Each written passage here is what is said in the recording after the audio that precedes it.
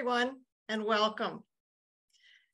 I'm Lynn Whetham. I represent the Donor Motivation Program for Kitchener-Waterloo.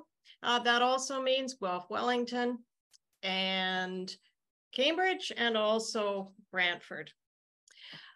My guest today is Joanne Stewart.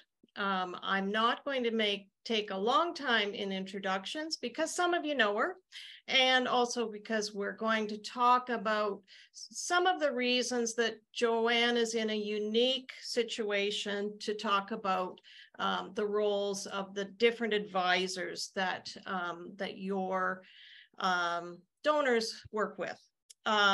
So Joanne Stewart is the Senior Development Officer of Planned Giving, Office of Advancement at the University of Waterloo. So welcome, Joanne. Thank you, Lynn. I'm happy to be here. Wonderful. So our audience may be sad about this, but neither Joanne nor I felt qualified to advise you on cocktail recipes. Here we are, mid-August, and I am really seeing a lot of signs of fall.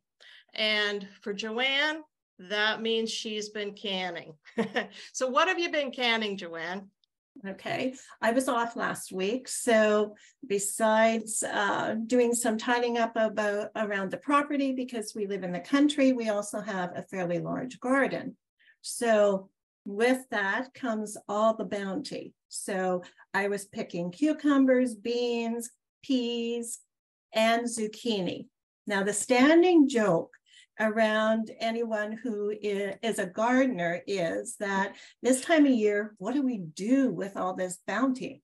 So of course I was canning last week. So I did some bread and butter pickles. I did some regular just garlic pickles. I did some hot dog relish from cucumbers, and also I did zucchini relish. And any of the zucchini I had left over that was shredded, I put in the freezer and I added to my stews, my spaghetti sauce, chili in the winter. The kids used to joke that Mom is always stuffing some kind of vegetable in one dish or another to get our vegetables. So that's what I've been canning the past week. Yeah, and you, someone in your family has a special recipe they make with the zucchini relish.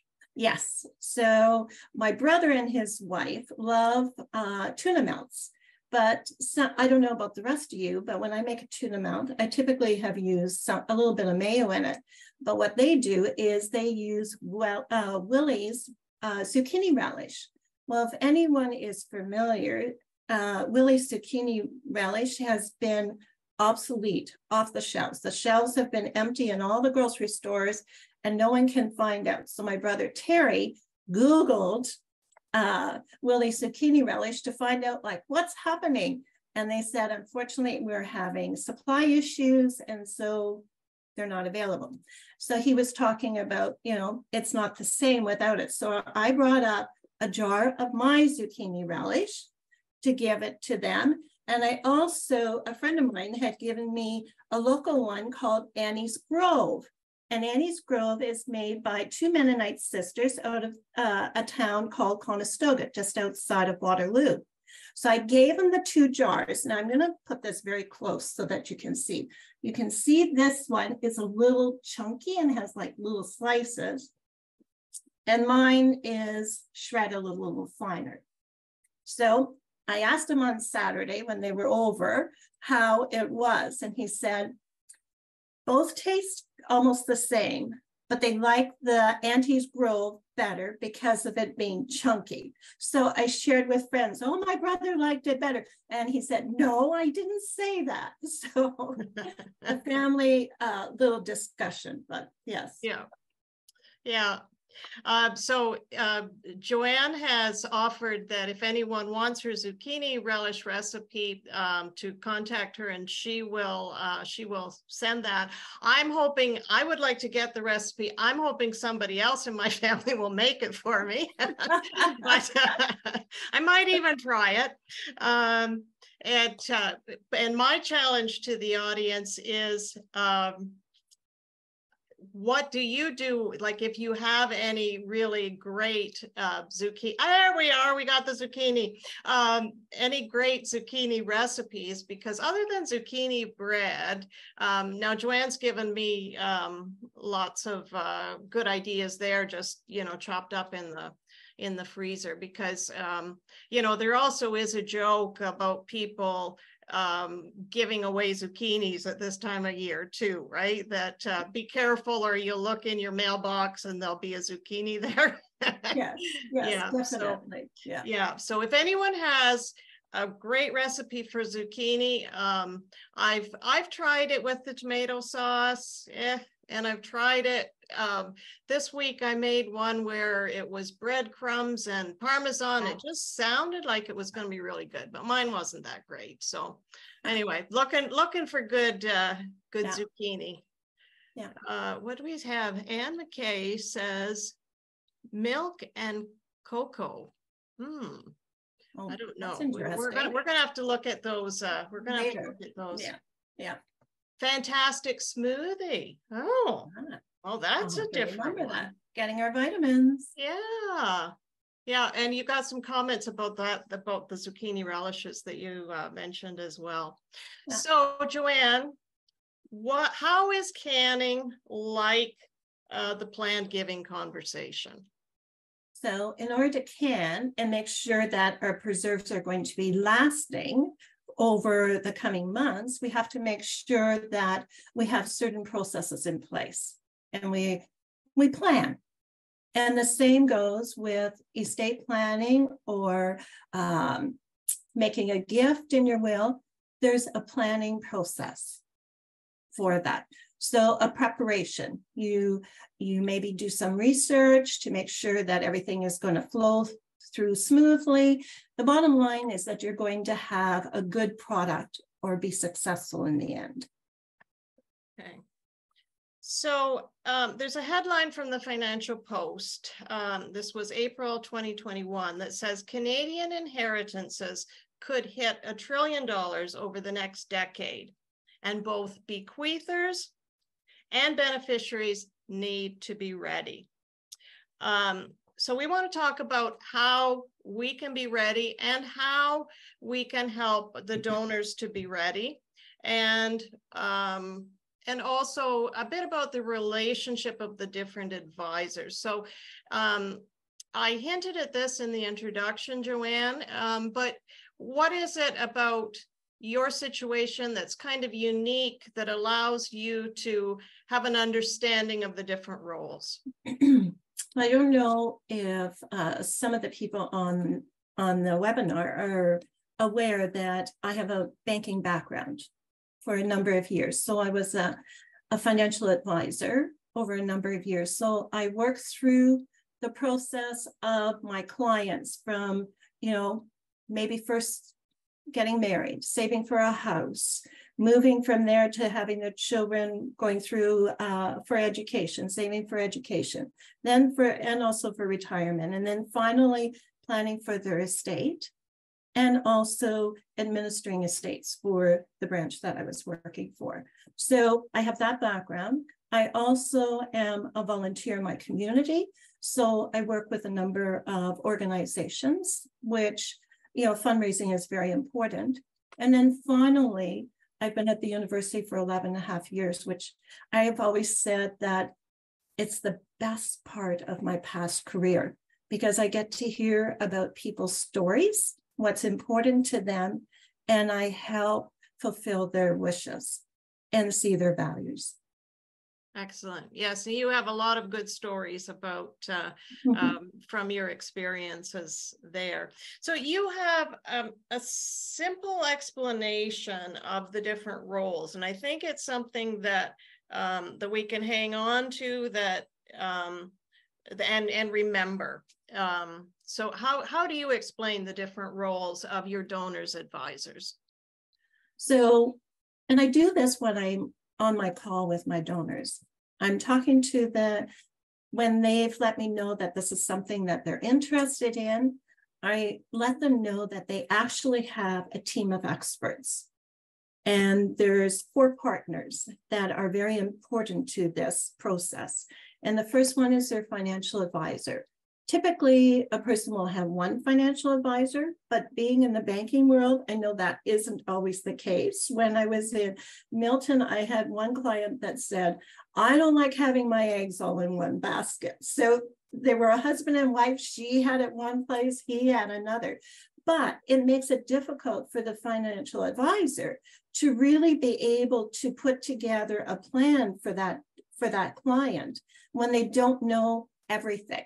They may be weighted too heavily in securities or in dividends than what they had thought. But anyway, so the financial planner typically knows the value, the net worth of the donor. So they know what their portfolio is like, and if there's particular investments that have done very, very well or have done very poorly that could be utilized in making a charitable donation. So that's the first component. And the next one is their accountant. So the accountant knows the tax situation. So they know exactly what is going to be like for their taxes now, but also typically down the road when it comes time to estate. For their estate, what kind of taxes the estate could be facing down the road. So it's a good discussion for the accountant to have with their client to give them some suggestions. So you've got your financial advisor now giving them advice for investing. They've got their accountant to talk about their tax base. And the next one is the lawyer. So the lawyer knows all the legal ramifications. So he's going to, or she is going to make sure that all the I's are dotted and the T's are crossed when it comes to making their will, ensuring that power of attorneys are in place. And this is a job that is very difficult because the client may come in and have something in mind, and they feel that this is the way it's going to work. And the lawyer may see it from a completely different aspect, which I think is very important also.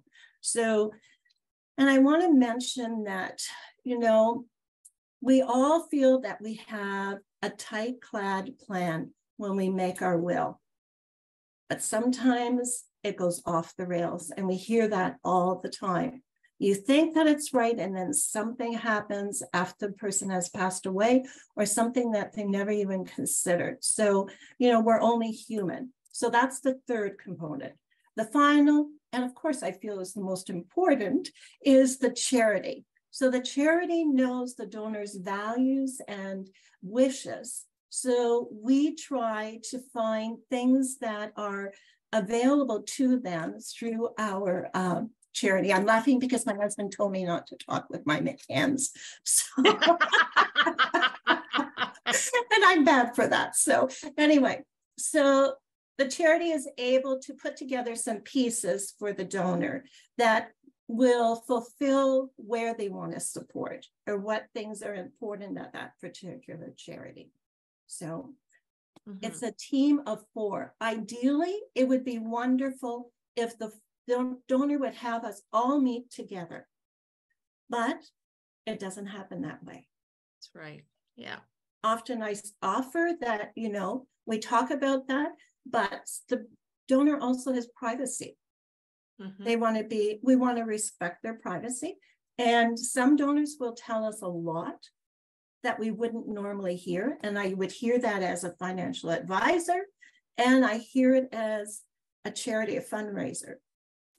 They share a lot of information with us. We're privy to a lot of information, some that their families maybe have never heard.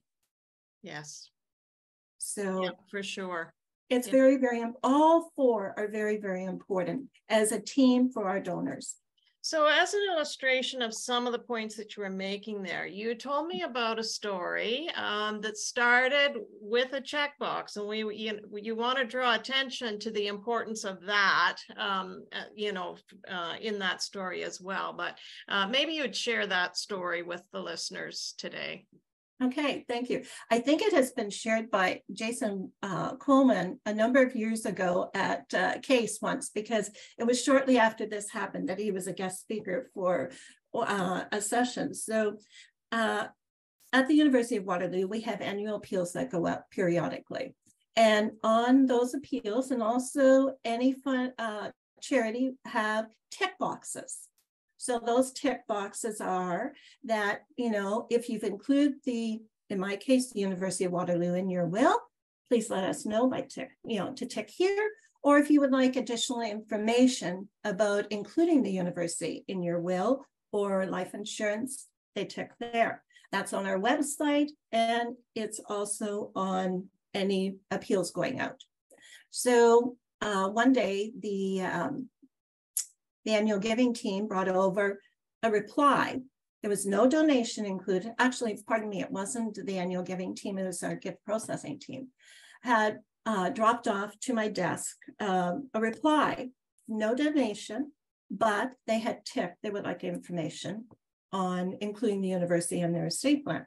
So I noticed they lived fairly close by. I checked on, when I was checking in the record, I found that. I also saw that they had not given since the early 1980s. And based on when this individual graduated, they were in their, at that point, early 70s. So I thought, okay. So I phoned the number that we had on file. I explained who I was and that we received his reply card, and thank you very much. I said, I live very close by, that would it be possible for me to drop by one day to see you, and I'll bring some of the information along. So we agreed on a time. I went to the house, and I take along a planned giving package that includes some materials like the types of products we have, offer options for our donors to be able to consider when including their gifts. So we sat and chatted a little bit about him. He was very private at the very beginning and didn't share a lot of information. But so I started, we talked a little bit about his time at Waterloo. So he started warming up a little bit about that. He said, well, actually, I was there for a year and I got kicked out because I was having too much fun. So he tried to plead his case to get back, and they wouldn't. So he went somewhere else for a year, did exceptionally well, and came back to Waterloo to complete his degree. But he said he remembers someone who stood up for him when he applied to come back. So that really resonated with him. So he's starting to open up.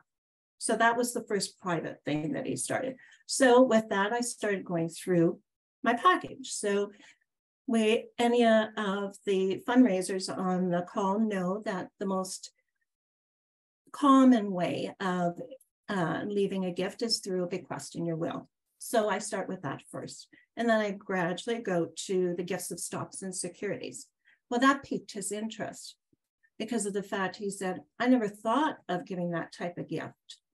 I don't, thought of writing a check, but never thought there's some of my stocks. And he said, my father just passed away. So I'm looking at revisiting my estate, my will, and, downsizing some of my businesses. So in that conversation, look at all the information he's just told me. Mm-hmm. So I think another really important thing is listening and letting them talk. And if they don't say anything right away, give them the opportunity to have some space to think. I know these are all very common things, but we take them for granted of how important it is. So we went through some more things, and he would share some things along the line.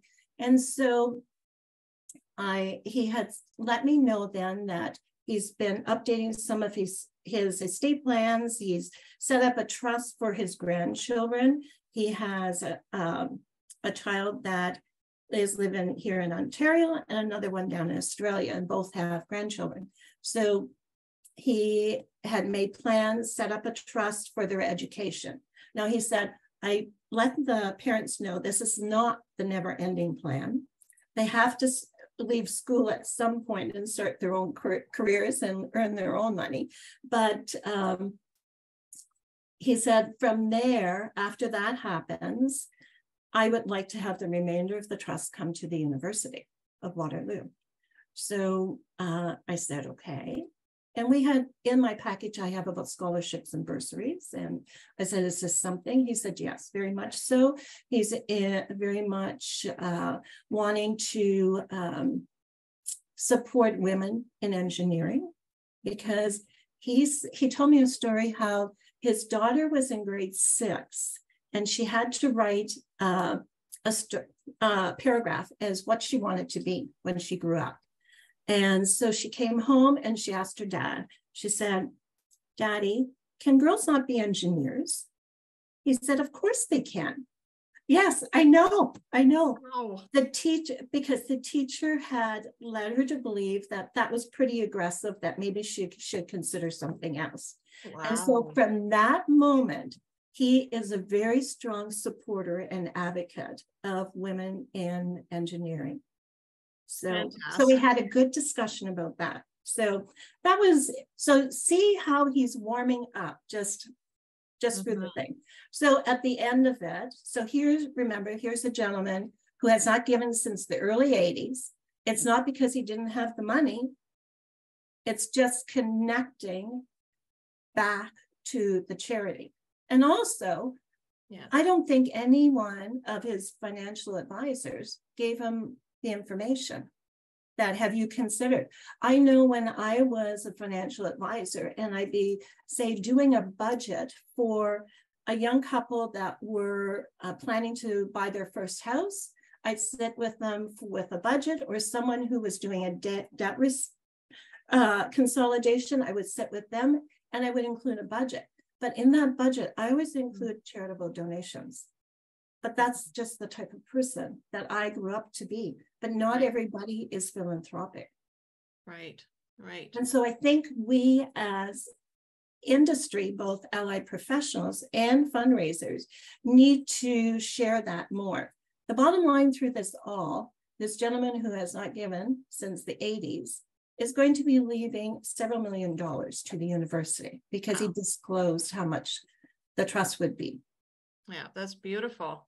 It's a terrific story. And I wish we'd said at the beginning for the listeners to kind of make note of all the points, right, that story illustrates, because it's the importance of the checkbox. That's where it started. It's the importance of the silence. You know, you say allow the silence and allow them to come to you. And then you know, that you know, when the light went on that he could give the stocks, we know that that's a really important thing to happen for our donors, that they realize that giving is not just out of cash flow.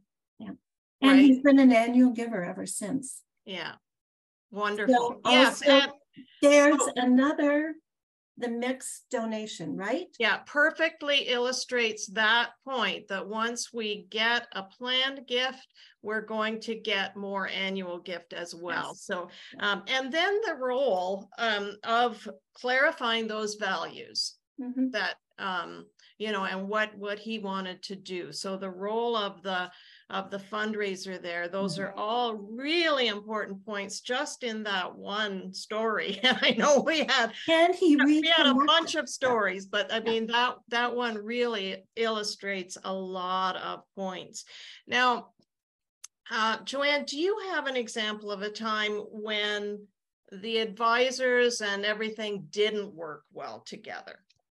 Yes, I'm being conscious of our time because I know we have another story to cover.